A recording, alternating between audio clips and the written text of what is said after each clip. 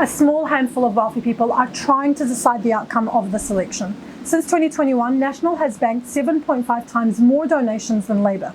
The ACT Party, who recently polled at just 8%, made almost 4 times more than Labour. This is thanks to their rich list of donors, like the wealthiest man in this country, Graham Hart, who donated to ACT, National and New Zealand First. He also successfully funded Wayne Brown into power.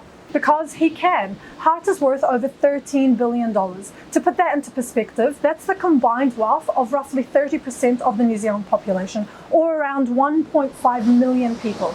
And unlike other countries, New Zealand has no limits on political donations. Donors enjoy home visits and lunches with prime ministers, party leaders and MPs beyond anything the rest of us can imagine.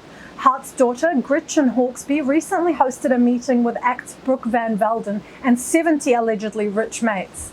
Gretchen is married to Kate Hawkesby's brother, and Kate and her husband, Mike Hosking, dominate our most popular radio channel.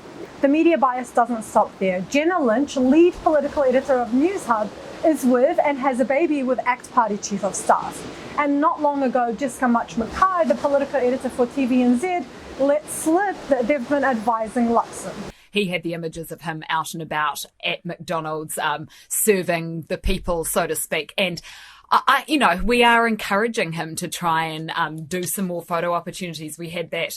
Rich people also fund AstroTurfs. That's fake grassroots groups aligned with National and ACT who don't have to disclose their funding despite their relentless campaigning on behalf of political parties. AstroTurfs like the Taxpayers Union, co-founded by National and ACT Party associates.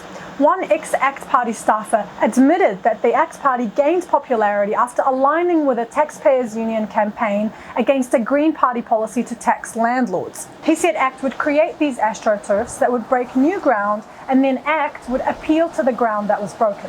This formula was repeated with their campaign against the Māori wards, 3 warders, Nanaia Mahuta, co-governance and more. Despite their well-known affiliations, these AstroTurfs even run political polls, which are then gleefully reported on by our mainstream media. The ultimate goal of all this funding is to convince the public to vote against our best interests. Looking closely at the policies of National and ACT, we can see that they unsurprisingly benefit the rich and hurt the poor. For example, National wants to cut $2 billion off benefits while giving millions of dollars in tax cuts to the wealthy. Meanwhile, the rich get away with stealing around $6 billion a year in tax fraud. Companies like Fonterra, banks, energy companies and supermarkets are making massive, at times record profits. And property investors are making billions from our misery.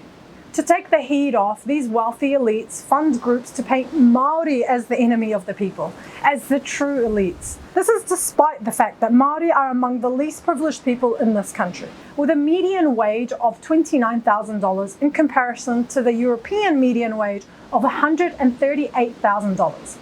This is a scapegoating mechanism to distract us from the true causes of our oppression. Don't get me wrong, it's clear that Labour works for the rich too.